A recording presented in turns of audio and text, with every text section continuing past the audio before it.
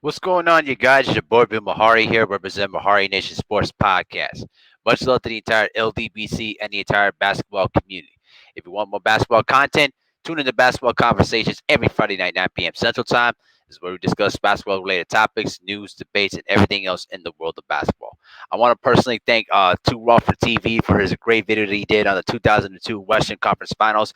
I will post a link to that video in the comments section, so you guys check it out for yourselves. It's a great in-depth video, and I want to salute the OG for making that video. You know what I'm saying?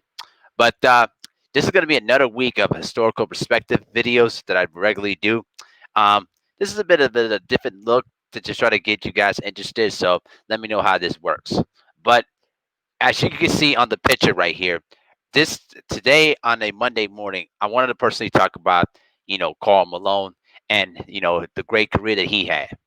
When you look at Karl Malone's career, you know, the thing with Malone, you know, many people consider him top 5 greatest power forwards in the history of basketball. I have him within the top 5, in my opinion. You know what I'm saying? But I have Duncan over Malone. I have McHale over Malone. You know what I'm saying? I have, I could even go with, I could say, Charles Barkley over Karl Malone too. But but that's just my opinion on the matter. But I'm sure a lot of people are going to have a different perspective on what their greatest power forwards are. And in terms of him as a player, many consider him top 20. Some people may go as far as top 10, but I have him within the top 20. Greatest players in the game. But the thing with Malone was, he was one of the greatest physical specimens in the NBA. Coming in at 6'9", 6'9", weighing 250 pounds. You know, Malone was one of the most rarest of players. That it was a well built player that had great skills from all over the floor. And coming in, into the NBA, you know, from an unproven college in Louisiana Tech, you know, not many people expected Malone to have the great career that he had. But when he came into the NBA in 1985, um, nobody would have predicted, the impact that he was going to have in the NBA. You know, his ability to make, mid-range jumpers, post-up jumpers, hook shots, and running the floor as a big man. He was very fast as a big man in running the floor on the fast break, and finishing with power. The soft touch that he had, really was made him a fantastic player to be. You know what I'm saying? But the thing with Malone was is that as talented as Malone was and has as great of a player he was, there were a lot of times in his career, in my personal opinion, that he didn't step up when his Utah Jazz team needed him the most. Um, Now, when you go back to 1985, and I actually, just relearned this. Um, he was actually he was actually convinced that he was going to be drafted by the Dallas Mavericks. In fact, so convinced that he actually purchased an apartment, in Dallas. You know, pretty much believing that he was going to be picked by the Mavericks. But it didn't turn out to be that way. They ended up taking Detlef Schrempf, and he went down to the 13th spot in the draft, where the Jazz, obviously drafted him. And when that happened, he pretty much went on a mission to try to prove that he deserved to be higher in the draft. And definitely he was. Definitely. I'm not saying that Detlef Schrempf was a bad player. He was still a good player, but not as the impactful player that Malone turned out to be. Um, in the earlier years, he was playing, under a superstar in Adrian Dantley. And when he was traded to the Pistons, during the '86 offseason, the entire offensive, philosophy switched to, you know, Dantley to now Karl Malone. And when he was being labeled as the new face of the franchise, he took advantage of that opportunity. And, he slowly and with more conviction and became the focal point of the Utah Jazz team, along with John Stockton. And with those two guys, they became one of the greatest 1-2 punch combinations in the NBA. You know, and they kept rising up in the rankings in the Western Conference. And but you would know that these guys with the Utah Jazz, they were basically a blue collar type of team that was just a team that was going to compete and that was going to battle with you all the time. But during the late '80s, they had bad breaks. They went up against the Magic Johnson Lakers at their time. They pushed them to 7 games in '88, but fell short. Um, 89 and 1990, they suffered first round defeats at the hands of the Phoenix Suns. Those teams. With Kevin Johnson, Tom Chambers, Dan Marley, them teams. Then in the early '90s, they fell short at the hands of the Portland Trailblazers in '91 and '92. That same '92 year where they made their first ever trip to the Western Conference Finals. They actually did pretty well in that series. Losing, they actually pushed it to a 2-2 tie. And if John Stockton didn't injure his eye, you know, at the end of the first half of that game, I think Utah may have had a chance to pull out that game, but it wasn't the case. Um, what the thing with Malone was is that he improved so much around his game. He was not really known for, his jump shot or his free throw shooting. He in his rookie year, he shot 48% from the foul line. But then as he grew into his skill set and got better, his free throw percentages improved. Career wise, he became a 74% foul shooter.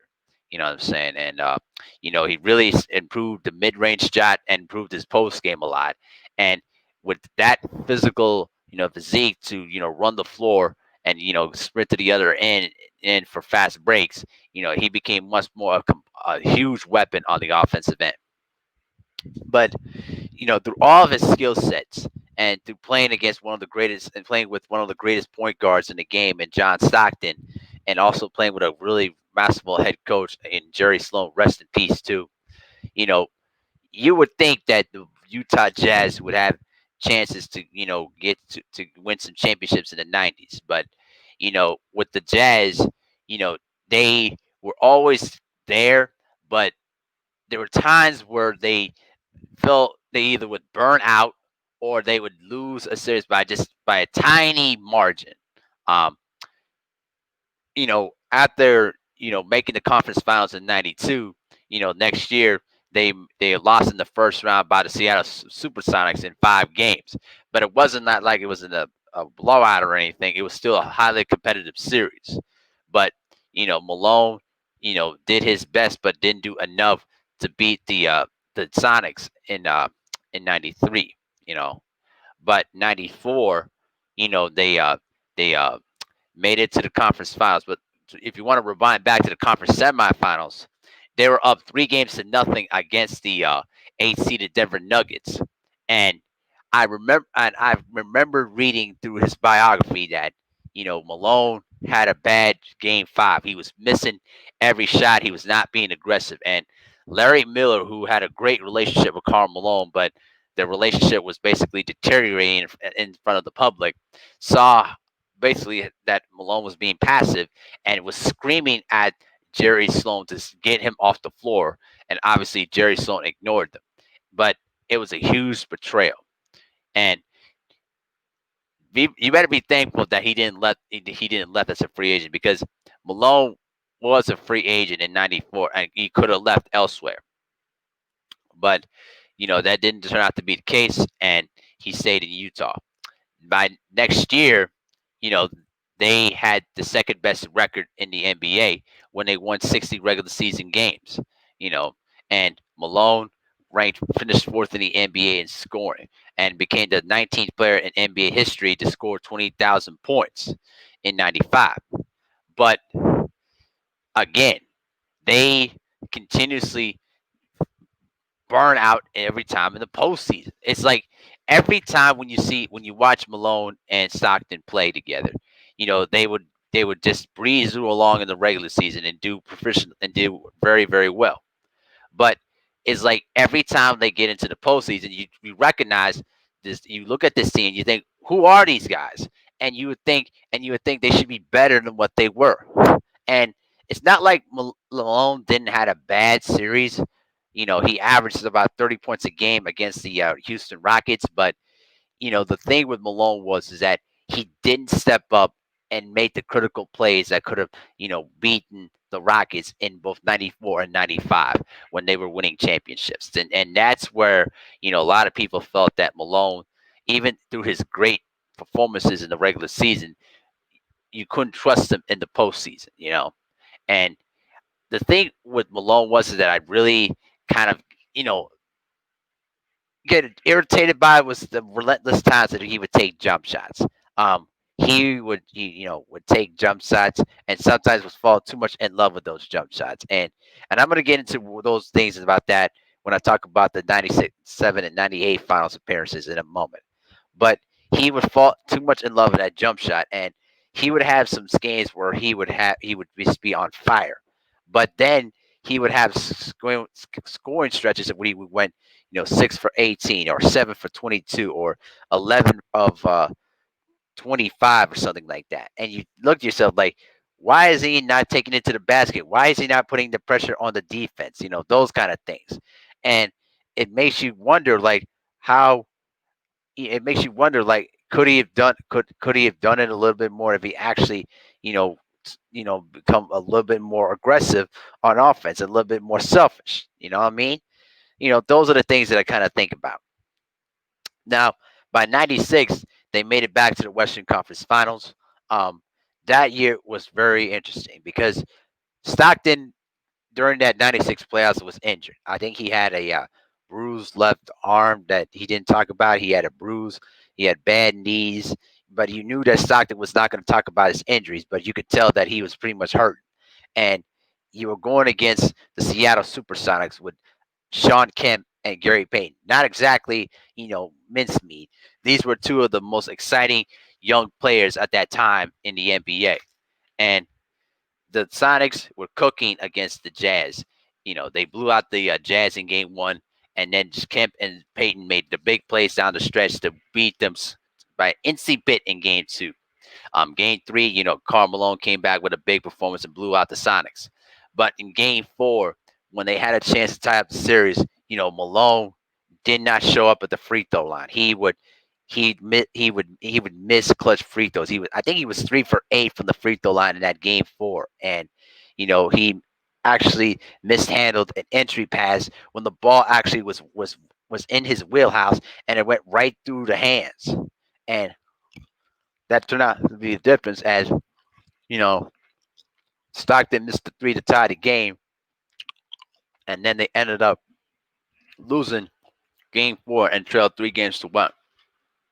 Then in game five, Malone, turned on a different switch, and he led that team for 29 points in that critical game five to really to stave off elimination, and they forced the series to a seventh and deciding game. Now, in that game seven against the Sonics, it was pretty much a close game throughout, and you know, John Stockton had his best performance of that postseason. You know what I'm saying? Um, he was pretty much struggling throughout the series because of those injuries, like I talked about. But in that game seven, John Stockton showed up. He showed up. He scored 22 points and he shot 9 of 15 from the field. Malone was shooting 6 of 10 from the free throw line, but heading down the stretch, he had a chance to cut the lead to 1 in the final seconds, and he bricked both free throws. And this is going to be a constant thing about with Malone that I'm going to be talking about it very shortly here. But they fell short of the finals as the Sonics won the series in 7 games and ended up losing to Michael Jordan and the Bulls in the NBA Finals. By next year, Karl Malone had the best year of his career. Um, he had a better supporting cast. He had, not just with Hornacek and Stockton as your backcourt, you had a young, you know, energetic forward in Brian Russell. You also had a developing Greg Osotag as your center. You also had, Antoine Carr, who could still provide you some big points off the bench. He had Chris Morris, Howard Isley. you know, those guys really were the glue to that bench. And you also had a rookie in Shannon Anderson too, who could provide you some offenses as well.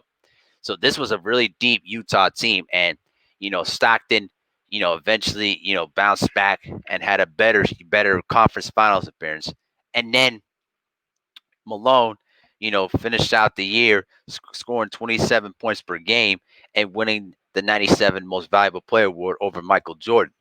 Um, which pretty much was the script of the 97 finals. But finally, Malone and his team, got past the Houston Rockets in 6 games, which concluded with the iconic, game-winning shot by John Stockton, in the final seconds to send them to the NBA Finals, and a huge celebration that was decades in the making. Um, but I'm going to get into the 97 and 98 finals for both the Jazz, okay? In that 97 finals, three, I should say, games 4, 5, and 6, they were all those games were close down to the wire. When you flash back to game one, okay, this is basically game one of the 97 finals, okay, and the Bulls, were fresh off of their 5-game series against the Miami Heat, but Pippen was in ruptured a tendon in his foot, and he was pretty much, less than effective, right? And the Utah Jazz were coming off an emotional high against the Sonics. I mean, against the Rockets. But that game, I remembered. It was the Jazz were pretty much, running the same sets they were executing, and the Bulls were kind of a little bit rusty. They were, a little bit out of sync, but it was pretty much a low scoring, game that went into the low 80s. And what I remembered was is that Karl Malone, through game one, he shot 10 of 22 from the field, and the Jazz had a chance to win the game when the score was tied at 82. Stockton missed the three, and then Malone was fouled by Rodman as Malone was trying to dive for a loose ball, and this is where the free throws came into play. Malone had a chance to pretty much seal the game with 2 free throws, and the first one he took, he missed. Okay, and then through the teeth of the crowd in the United Center, he stepped back and missed the second free throw. Pretty much blew both of those free throws that could have given the lead. Then the next possession, Michael Jordan cooked Brian Russell on the final possession and drilled the game-winning shot to take game one in basically in heartbreaking fashion. Then, game two, Michael Jordan nearly had a triple double in that game, and then Malone shot 6 of 20 from the field, and pretty much, he had a better game from the line, shooting 8 of 12, but he missed 4 free throws there. So they were down 2 games to nothing in that series. Game three was the only breakout game of that series for Karl Malone, when he basically scored, 37 points and shot 15 to 29 from the field. That was his only breakthrough performance. Then game four, you know, uh, Malone, and Stockton, stepped up and made big plays to tie up that series. But Malone shot only 9 of 19. You know what I'm saying? But he did hit 2 big free throws in the final seconds, to seal the victory, making up for the errors of game one. Then came the famous game of the big swing game, game five, when the Jazz and the Bulls were tied at 2-2.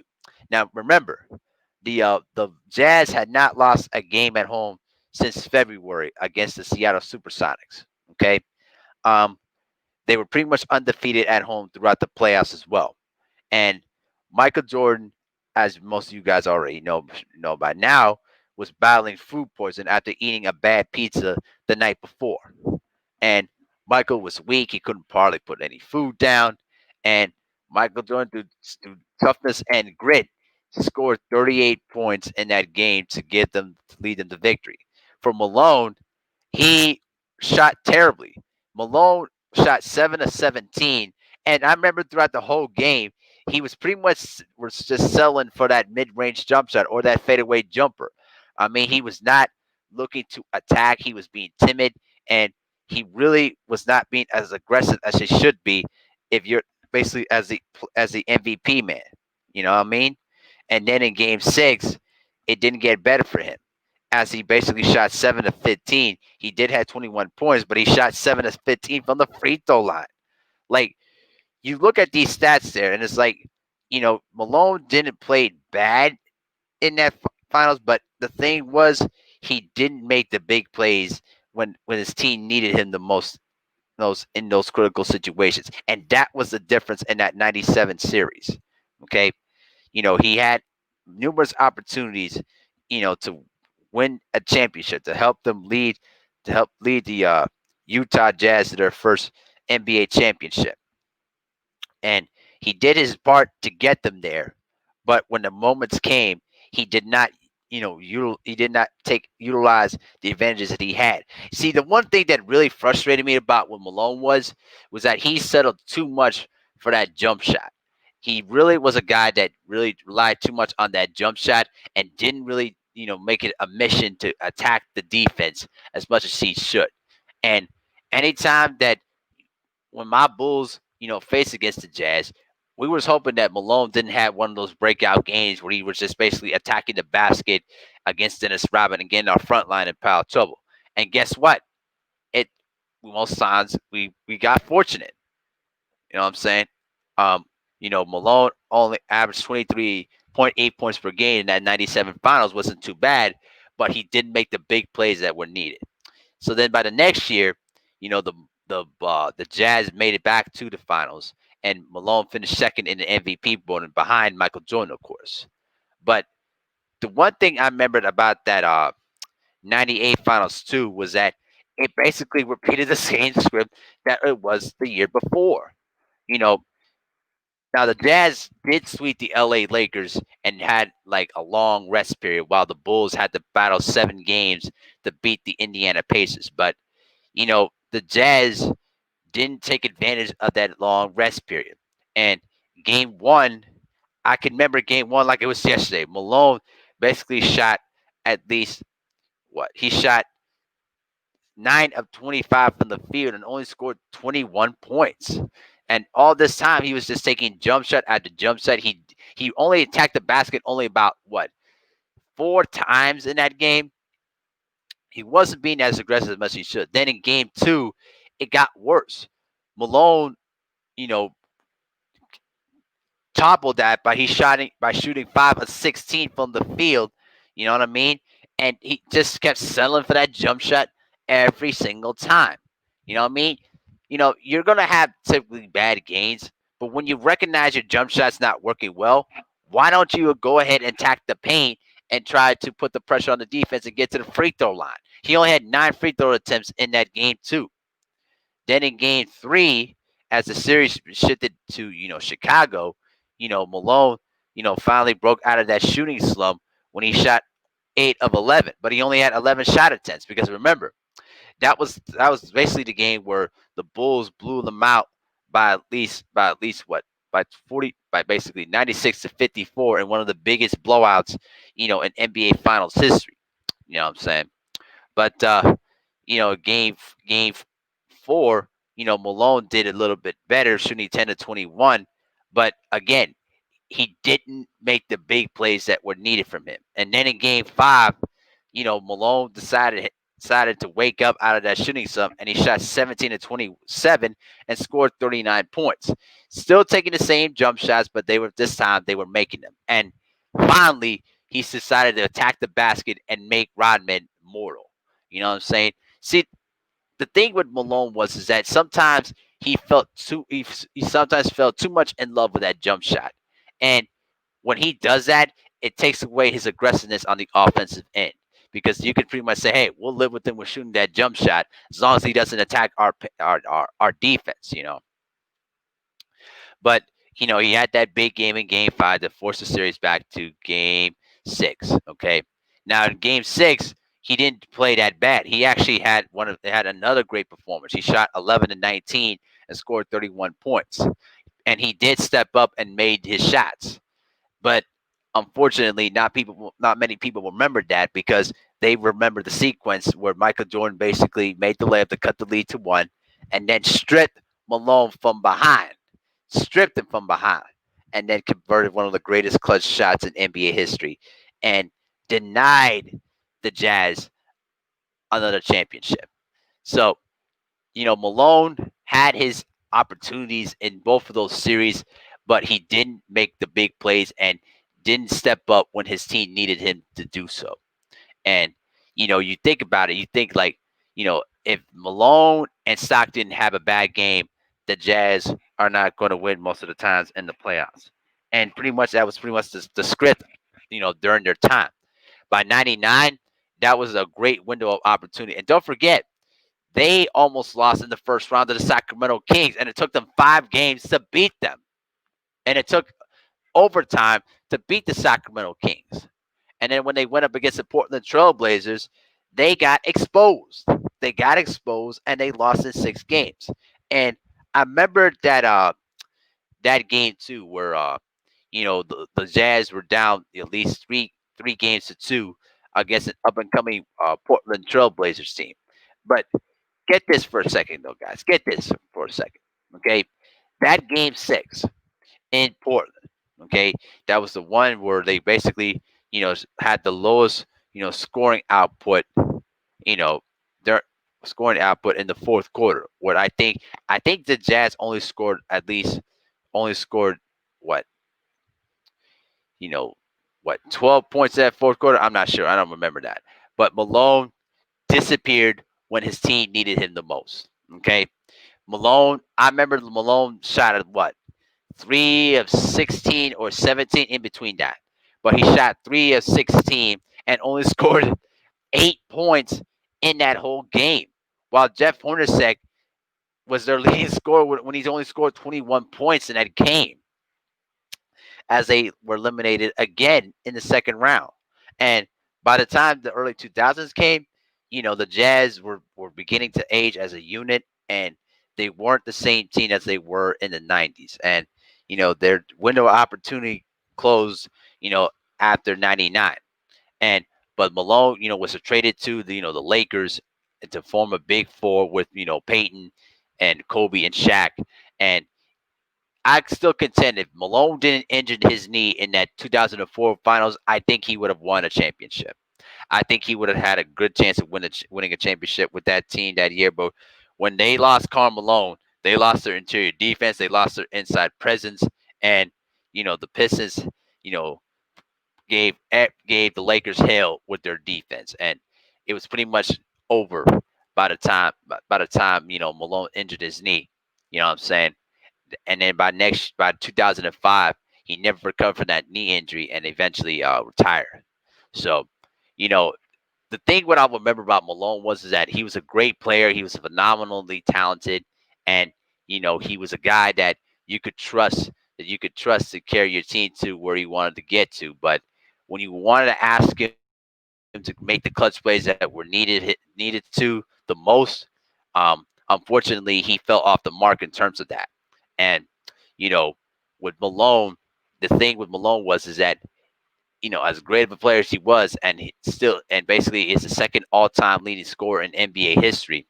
You know, his teams, did not perform well if Karl Malone did not perform, which kind of is an indictment against the Jazz for not getting the talent, the overall in-depth talent to surround Malone. But at the end of the day, he had chances to win in '97 and '98, and when Jordan retired in '99, he had a great window of opportunity to win his first championship, and the Jazz didn't take advantage of that. But at the end of the day, he's still one of the greatest players in the game today, and a phenomenally talented scorer. But just like all those other great players of the '90s, he had his chances, but did not seize the moment and fell short of winning a championship. But tell me what you guys think in the comment section.